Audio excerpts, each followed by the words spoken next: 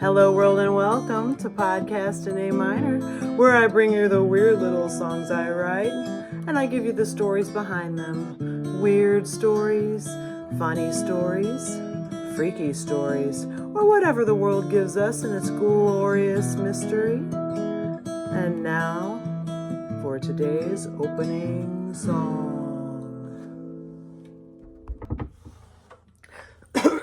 Every time. There's a werewolf at the window, citrine eyes, kaleidoscope, and diamond panes. A creature has a change of heart for the worse. A creature takes a change of skin and a curse. They're calling the cows home. They're groaning. They know in their bones they know. I'm sorry I won't make it to the moors, I'm sorry I won't make it to the forest. Primeval, there's a werewolf in my mirror. Aurora borealis in my eyes, I never should have opened the door. The moaning, the crack of bones in hysterical moonlight howling.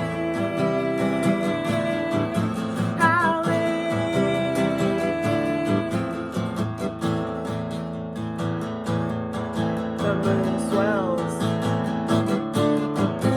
There's a glint and another. Slaver, saliva, slaver, saliva. The music of the night, the music of the night. Listen to the music of the children of the night. The howling, the howling.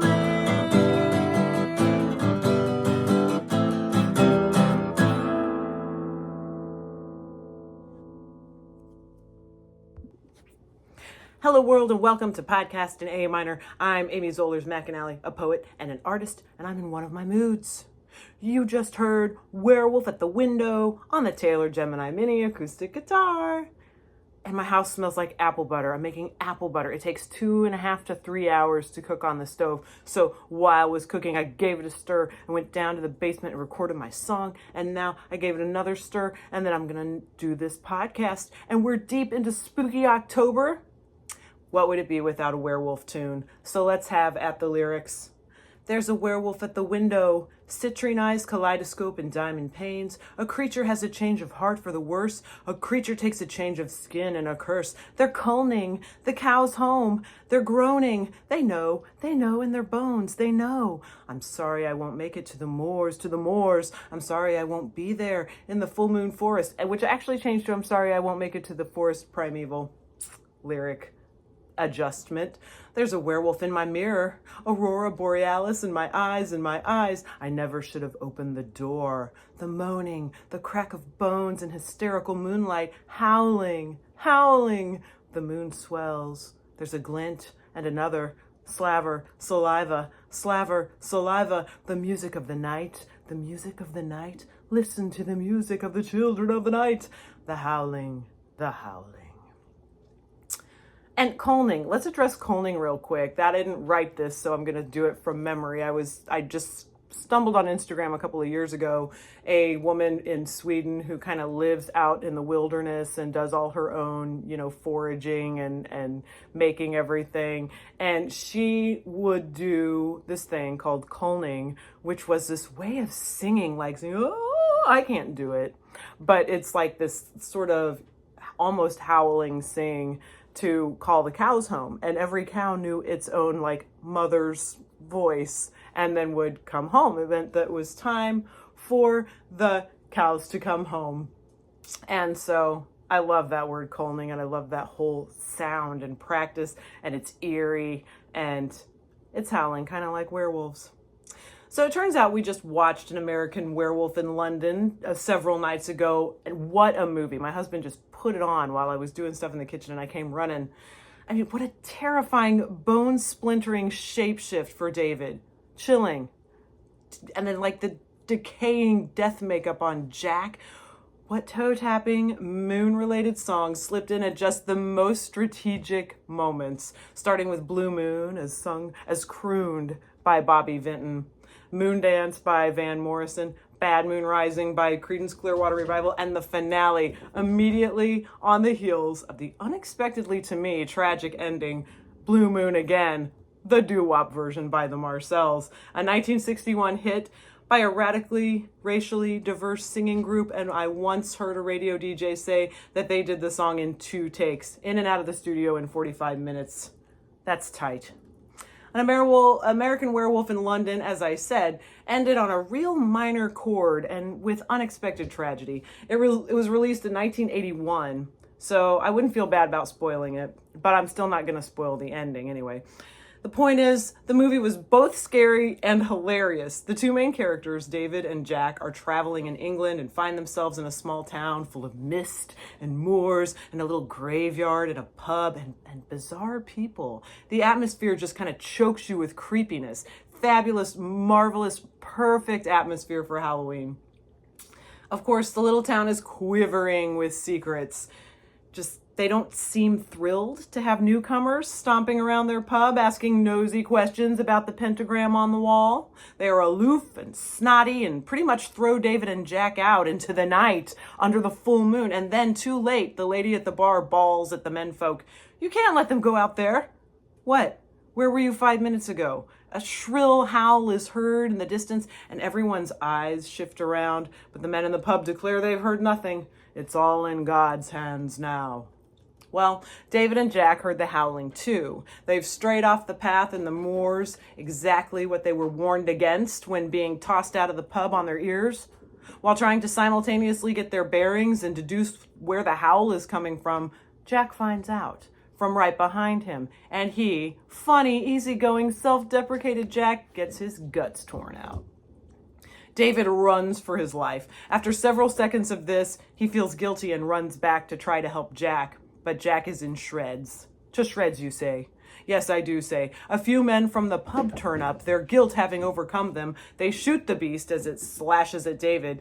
David, as he begins to lose consciousness, sees the beast lying on the ground, bleeding, but in the form of a man now. Then David wakes up in a hospital in London. While recuperating, David has terrible, bloody dreams. He falls in love with his nurse and goes to stay at her place when he's released. Jack keeps showing up, a little more decayed each time. Yes, Jack, who was torn to shreds on the moors, just shows up decaying, but always brimming with wisecracks. It turns out he'll have to wander the earth undead until the final werewolf is killed. "It's you, David. You have to kill yourself," he keeps insisting. Grim. And so on, right up to that grim ending and into the doo-wop blue moon. Bomb, bomb, bomb, bomb, bomb, dang, dang, ding, dong, ding, blue moon. And as it's October, I'm assembling a collection of werewolf art and poetry. It is assembled. As I wrote this, it was not, but now I can tell you, I have released Beatnik Werewolf. It is up. I'm going to put a link in the show notes. Years of compiled werewolf poetry. One writing exercise that served that project is the following: Werewolf Shovel Song, which is composed of words I like from Sabine Baring-Gould's Book of Werewolves. Here it goes. Both huge and grimly, save writhings of corpses, bespluttered with foam, my man begins to converse with the stars, pure as crystal it meets. The berserker was an object of aversion and terror of the sleeping men being found with their wolf skins hanging to the wall above their heads. Makes me think of Beowulf. And men would be glad to chase you, disturbers of the public. Bearskin dress would effectually disguise him, all but his eyes. So he was called the evening wolf, Kveldjulfur, and had his fits of frenzy. Afflicted with paroxysms of madness or demoniacal possession, they burst into the beer cellars, both huge and grimly. Shovel Song. I took those notes months ago, and my guess is that a shovel song was meant to be a play on the golden shovel, a poetry form in which the poet steals a line from another poem, but an existing poem by another poet, and then dismantles the line, using each word as the last word or first word, I can't remember, forgiveness please, but you kind of line it up word by word on the margin, and then a whole new poem arises. You just kind of write a poem into those words. In the above piece, I didn't write any of the words. I just took lines I loved from the book of Werewolves, written in the late 19th century by Sabine Baring-Gould, and I did not include that in the book that is exclusive to here, podcast in A minor. I merely took some inspiration from those lines. So here's a description of the book of Werewolves. With the shocking histories of 10 famous cases, the classic blends science, superstition, and fiction to tell the full story of the werewolves among us. The Book of Werewolves was the first serious academic study of lycanthropy and bloodlust written in English. Combining a vast body of observation, myth, and lore, it explores the tradition of werewolves as a widespread and persistent theme throughout history. And as you know, it has some really mood phrases and words. It's great to sit down and read. And this is from Goodreads, so I'm going to continue. Sabine Baring-Gould, a prominent Victorian theologian, was a gifted and original thinker who possessed a vast knowledge of folklore and mythology. He draws upon his impressive store of scholarship to trace lycanthropy among the ancients and onward through medieval and latter-day Europe. His real-life case studies examine the bloody deeds of cannibals and grave desecrators, including an extended treatment of the crimes of Gilles de Retz, the notorious associate of Joan of Arc, who was convicted and executed for necro-sadistic crimes. Oh, that's my first time with that word. One of the most oft-cited references on the subject, this book is an essential and primary document on lycanthropy. Damn, that practically makes my mouth water book-wise. I want to hole up by the fireplace in the imaginary wood-paneled library of my mythical cottage on a Victorian university campus just all day and cram every word of that book into my being. Well into the forbidding night, the windows shuttered, the door firmly barred. It's October. Oh no, is that the face of a wolf man I spy through the diamond glass window panes? Here are some lovely werewolf movies to consider. Wolf Cop, which I believe is on Pluto and Tubi at the moment. Ginger Snaps. I saw Ginger Snaps on Pluto or Peacock, I forget which. Wolfen, The Howling, Silver Bullet, The Lost Boys, Prince of Darkness, which I believe is on Peacock, Teen Wolf, and Wolf, the one with Michelle Pfeiffer and Jack Nicholson. We're going to look at Ginger Snaps, a Canadian werewolf film that has to do with coming of age, or, you know, kind of becoming a woman, and at the same time, a werewolf by chance. Okay, let's look at this movie. Ginger and Bridget Fitzpatrick are sisters, less than a year apart in age. Ginger is about to turn 16. Bridget just turned 15. They are extremely close and apparently deeply morbid. It's like they really don't have any social circle outside of each other. The opening credits show photographs they're taking of each other in various gory death poses for a school project. The death urge, though, is Ginger's. They'd make a pact to die together when they were 8 years old, and Bridget is really no longer into it. Meanwhile, neighborhood dogs are being slaughtered by a mystery beast. Despite being well into the teen years, neither of the Fitzpatrick sisters has begun to menstruate yet, but Ginger is having back pain, and her chipper mother suspects her time is coming. Ginger and Bridget find their parents terribly basic and annoying.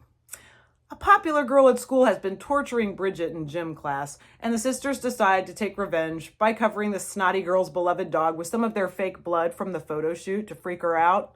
I don't recall if it's clear whether they're planning to harm the dog. I think they're just going to use the fake blood. But after being warned by their parents not to leave the house after dark, which they never do, because of the monster afoot, they do leave the house. They find another dog mangled and still warm.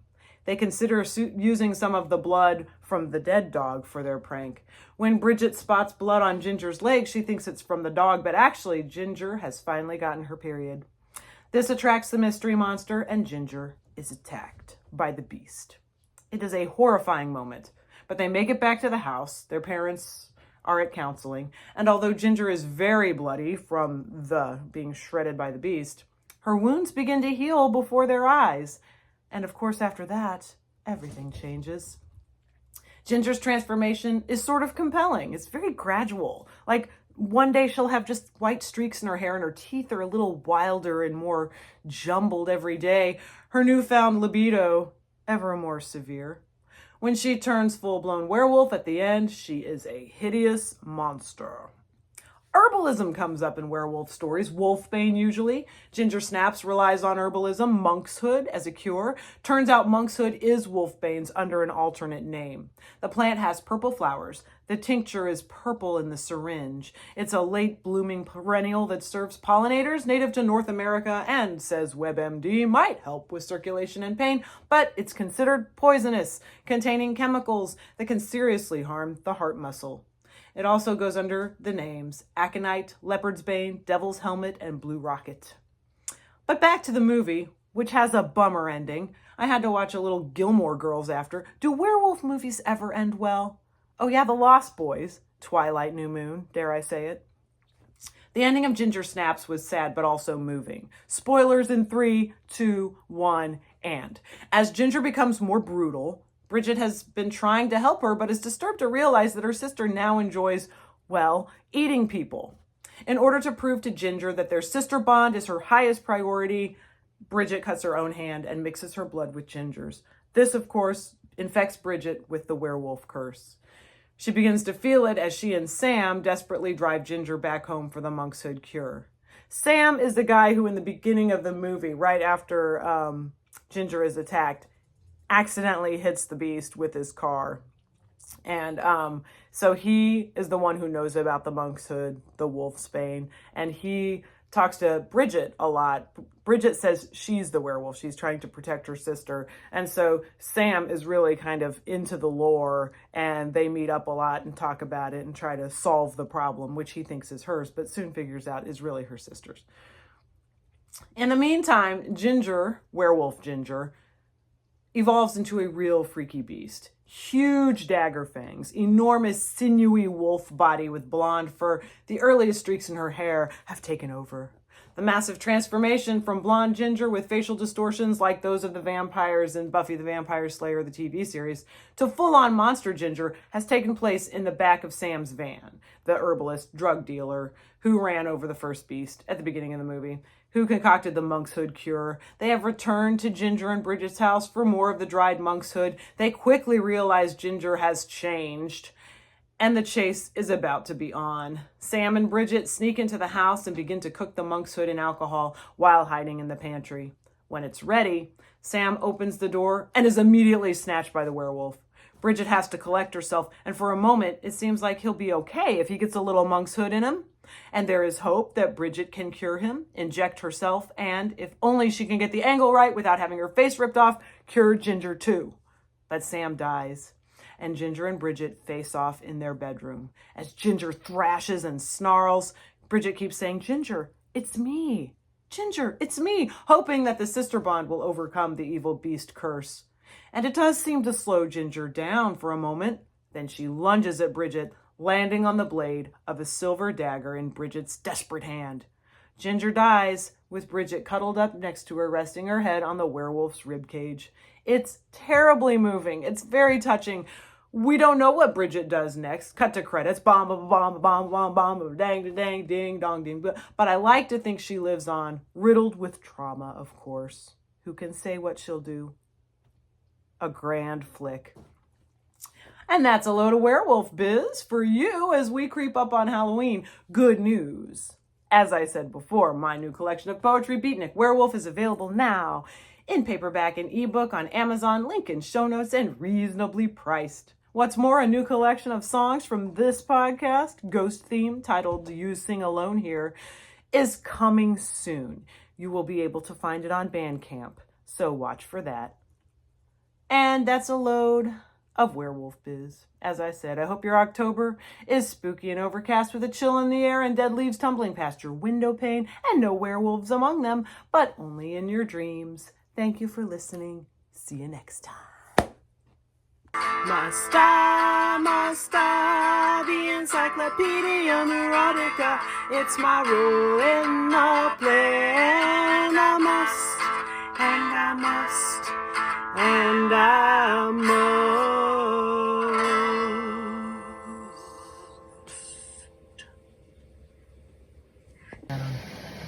Hello, Immediate correction as I stir the apple butter. Look at that apple butter. Whoa, can you hear me over the hissing of the boiling water canner? Well, anyway, Prince of Darkness is not a werewolf movie. It's merely a scary terror movie. I kept waiting for the werewolves, but they never showed. It was like being stood up at prom night.